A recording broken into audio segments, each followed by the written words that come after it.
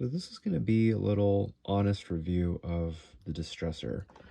I think if you're into audio mixing, everyone's kind of heard of this compressor at one point or another. These are not the cheapest. I mean, they're probably around $1,300-$1,400 on Reverb, or you can get them if you find a good deal. You can find them for like a thousand or under $1,000 if you get really lucky. But I thought I would just give an honest review because this compressor has been talked a lot about, and these are kind of my general thoughts. It's a very well-made compressor, and now that I have it, it's famous very much for a reason. I think this is really the best on drums and bass. After everything that I've kind of run through it, I've tried electric guitar, I've tried vocals, I've tried everything. This unit really thrives with transient information and kind of helping to maintain the shape of the transient, and managing all of the dynamics. Right now I'm using this on bass, and I've been pretty happy about that.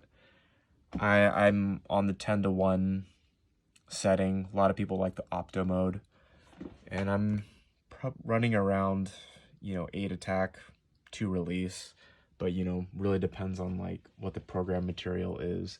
But the reason why I like it on bass is because bass has so much dynamics to it. The thing that the Distressor is really good at is just reducing the gain. Like, you can go up to 7 or 10 and it's not as unwieldy as other compressors might sound with 7 to 10 dB of gain reduction. And so this compressor, I think the strong suit that it has is being able to have a lot of gain reduction but still sounding good. Other compressors, you might do too much gain reduction and it kind of just falls apart and just kind of sounds like a hot mess. But with the Distressor, it's really good.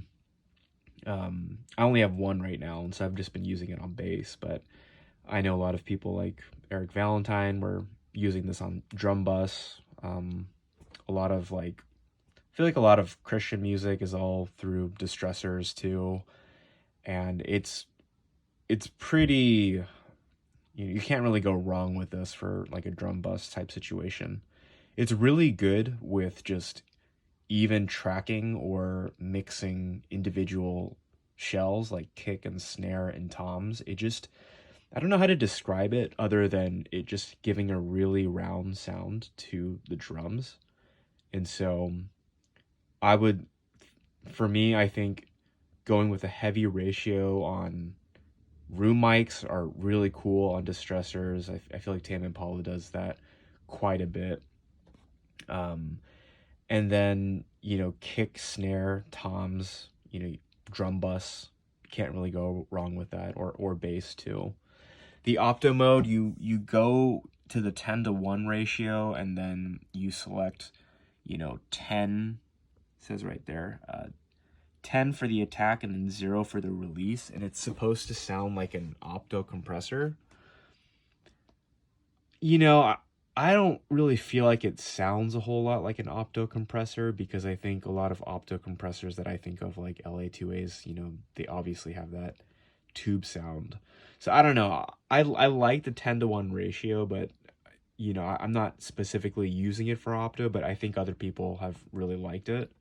I feel like I'm always 3-to-1, 4-to-1, 6-to-1, 10-to-1, and then when you're wanting to do something like parallel drum compression, I think 20-to-1 or nuke could be pretty useful. Even for bass, they have like the detector circuit to kind of see like take the incoming signal and what's being used to detect the gain reduction. This link button is like if you want to do multiple distressors all connected to each other.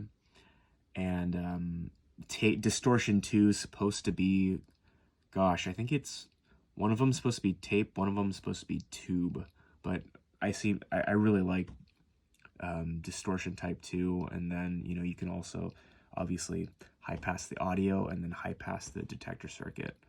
But it's pretty well made. I mean, the knobs feel a little okay, but I mean, it's just a classic, and I think everyone talks about like, oh, this is a good first compressor, and it makes sense because, you know, even though I like it on drums and bass, it's really can be good on anything just because it's so good at compressing material.